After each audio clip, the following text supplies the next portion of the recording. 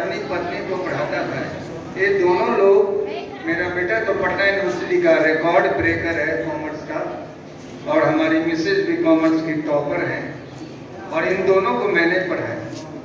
तो जब पढ़ाते थे और इनका नोट्स जब बनाते थे तो 13-14 किताबें मेरे सामने होती थी।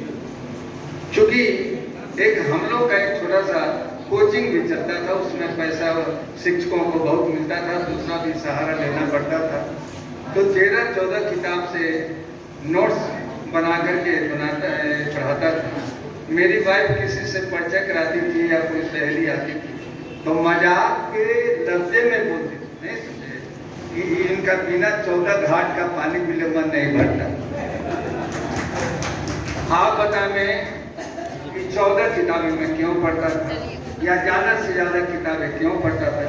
इसलिए कि जितनी किताबें आप पढ़ेंगे तो उसका कुछ न कुछ जो वाक्यांश होता है, जो लिखी हुई बात होती है, वो सबसे अलग। तो रियली अगर टॉपर बनना है, अगर समाज में सबसे आगे रहना है तो सबसे ज्यादा किताब पढ़ना पड़ेगा।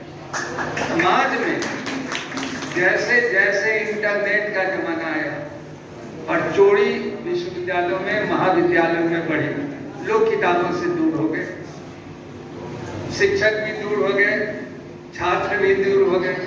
छात्र जो है इंटरनेट से डाउनलोड करते हैं, एग्जामिनेशन में मौका मिला तो एक तरफ उनका मोबाइल रहता है, दूसरी तरफ लिखनी चालू रहती है, और इस तरह से डिग्रियां हम लोग देते हैं। बहुत दुख है, बहुत दुख है। एक समय आएगा कि ना तो कोई पढ़ाने वाला रहेगा और ना तो कोई पढ़ने वाला रहेगा, अगर यही बात है। इसलिए हर शिक्षक का एक कर्तव्य है, सब पहले तो शिक्षक पढ़े। अभी मैंने जब से आया तो एक नई बात, पुस्तकालय सेंट्रल लाइब्रेरी में लोग नहीं जाते थे, तो हमने कहा कि सभी बच्चे और जहाँ पर प्रोजेक्ट वर्क है वो जब पुस्तकालय जाएंगे तो उसका सर्टेन मार्क्स जो है वो अवार्ड होगा, चाहे वो रिसर्च के भी स्टूडेंट्स हों तो पुस्तकालय जाना पड़ेगा। ऐसा मैंने नियम इसलिए बनाया कि पुस्तकों से हमारे विद्यार्थियों का और हमारे शिक्षकों से लगाव हो। तो मैंने एक जीवन की छोटी सी घटना बताई, और आज भी मैं काफी पढ़ता हूँ, क्योंकि रजिस्ट्रार साहब देखते हैं, जो लोग नजदीक हैं बहुत सारे ऑफिसर, वो देखते हैं कि बहुत पढ़ते हैं, तभी तो नॉलेज होता है। जो नहीं पढ़ेगा उसको नॉलेज। इंटरनेट पर कोई चीज देखते हो तुम अंडरलाइन नहीं कर सकते, ये नहीं कर सकते। पुस्तकें जो हम पढ़ते हैं उसमें हम अंडरलाइन करते हैं।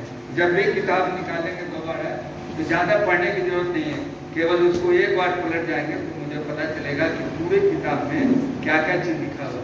तो ये चीज़ किताबों में हो सकती है, मैगजीन में हो सकती है, इंटरनेट पर नहीं हो सकती। इंटरनेट पास करने का तरीका हो सकता है, नॉलेज बढ़ाने का तरीका हो सकता है, लेकिन न किताबों का विकल्प था पहले, और ना भी है, और न भविष्य में रहेगा।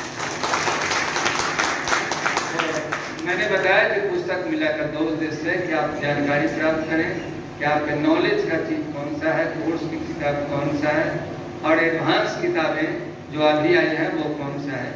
पुस्तक मेला जितना बड़ा होता है किताबों की संख्या उतनी ज़्यादा होती है, पब्लिशर्स उतने ज़्यादा होते हैं, उतने पब्लिशर्स के पास आप जाकर के देख सकते हैं, और पुस्तकों से आपका जुड़ाव होता है। दूसरी चीज़ है कि जब भी मेला लगता है, जैसे मेरे सामने लिखा हो 30% ऑफ, तो ये ऑफ जो होता है जब भी होता है तो पुस्तक मेला पर। दूसरी तरफ मेरे सामने लिखा हुआ दिनकर बुक क्लब, तो मैं सबसे पहले सोचा कि जितना किताब मेरे घर में है वो मैं यहाँ डोनेट कर दूँ, लेकिन इसमें देख रहे हैं कि department of English, political science, Hindi and philosophy, ये डिपार्टमेंट के द्वारा ये क्लब में दिया जाता है, तो मैं यहाँ का पात्र नहीं हूँ, मैं कॉमर्स में जाकर दे दूंगा या मैनेजमेंट। खैर ये एक बहुत अच्छी शुरुआत है। सभी शिक्षकों को अब तो स्पेसिमेन कॉपी नहीं मिलती। जो बुक सेलर आते हैं वो पहले तो बुक सेलर जो है वो प्रोफेसर के पीछे उनके घर पर, उनके गाड़ी के पीछे दौड़ते रहते थे, बड़ा बड़ा साहित्य भवन आगरा, तो ये और वो। क्यों? क्योंकि हमारी किताबों को रिकमेंड करें। अब बुक सेलर भी नहीं आते हैं, क्योंकि वो जानते हैं कि न प्रोफेसर साहब किताब पढ़ते हैं न हमारा लड़का किताब पढ़ता है, तो वो उन्होंने आना बंद कर दिया। तो खैर जो भी इनकी किताबें होंगी, और खासकर सब प्रोफेसर मैक्सिमम जो रिटायर करते हैं, तो उनको चाहिए कि वो किताबें जो दीमक खा जाएगा वो इन क्लबों में ला करके दें, जिससे खासकर जो गरीब छात्र जो किताब नहीं खरीद सकते हैं वो लाभान्वित होंगे, और उनके पास कुछ लेटेस्ट किताबें होती है वो भी ये होगी। आप अंग भूमि के बारे में जो हमारा ये जो हम लोग क्या कहते हैं कुल गीत में भी, और भी जहाँ तक मैं कई बार अपने बातों में जब से आया हूँ बोलता हूँ कि यह अंग भूमि है, यह कवि रविंद्र की भूमि, ये टीला कोठी जो ऐतिहासिक भूमि है जहाँ रविंद्र जी अपनी कविताओं की रचना की। ये हम अभी माल्यार्पण किए दिनकर जी, जो राष्ट्र कवि दिनकर के, जो हमारे कुलपति वाइस चांसलर रहे हैं, जो बोलते हैं इस विश्वविद्यालय का गौरव है, वहां से लेकर के अभी तक देखा जाए प्रसाद विमल जी लिखी है, और साथ साथ अभी अंगिका का एक पुस्तक बिहार में किसी ने भेज किया, है अंगिका।